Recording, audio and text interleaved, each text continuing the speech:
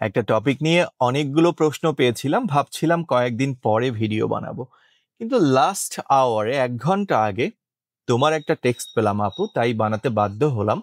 তুমি লিখেছো, ভাইয়া আমাকে বাঁচান, আমি কি করব বুঝতে পারছি না, আমার দম বন্ধ হয়ে আসছে, ইচ্ছা করছে মরে যাই।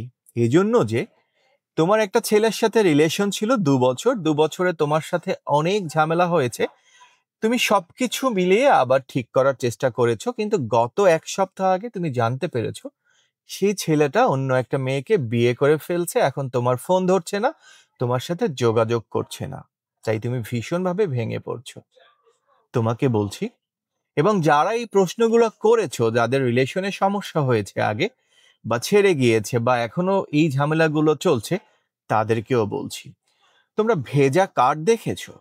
যদি না দেখে থাকো, আজ বাসার বাহিরে বের হয়ে এক টুকরো ভেজা কাঠ নিয়ে টিয়াশলাই দিয়ে আগুন জ্বালানোর চেষ্টা করে দেখো। দেখবে সেই ভেজা কাঠে কিন্তু আগুন জ্বলবে না, ধোঁয়া বের হবে, এবং সেই ধোঁয়া যখন তোমার চোখে লাগবে, চোখ জ্বলবে এবং পানি ঝরবে।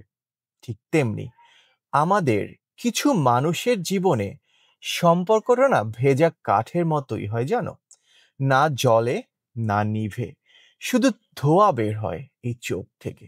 আর এই ধোঁয়া বেরোতে বেরোতে, ধোঁয়াটা যখন চোখে গিয়ে লাগে, জ্বালা পোড়া হয়ে চোখ দিয়ে অঝরে পানি বের হয়, আর তারপরেও আমরা সেই ভেজা কাঠেই আগুন জ্বালানোর চেষ্টা করি।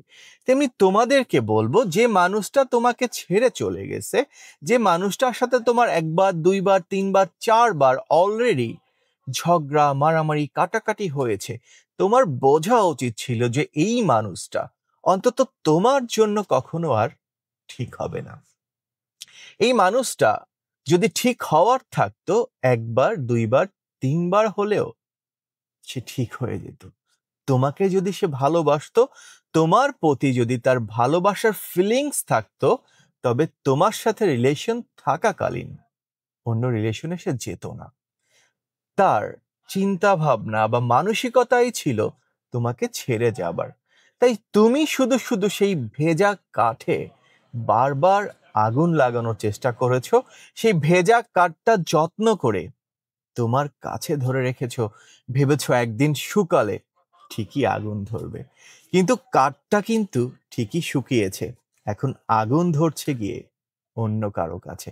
ভুলটা তোমার, কারণ 1 বার 2 বার 3 বারের বেশি সংশোধন করার পরেও যদি কেউ সংশোধন না হয়, তাকে আর 4র্থ বার সুযোগ দেওয়ার উচিত না।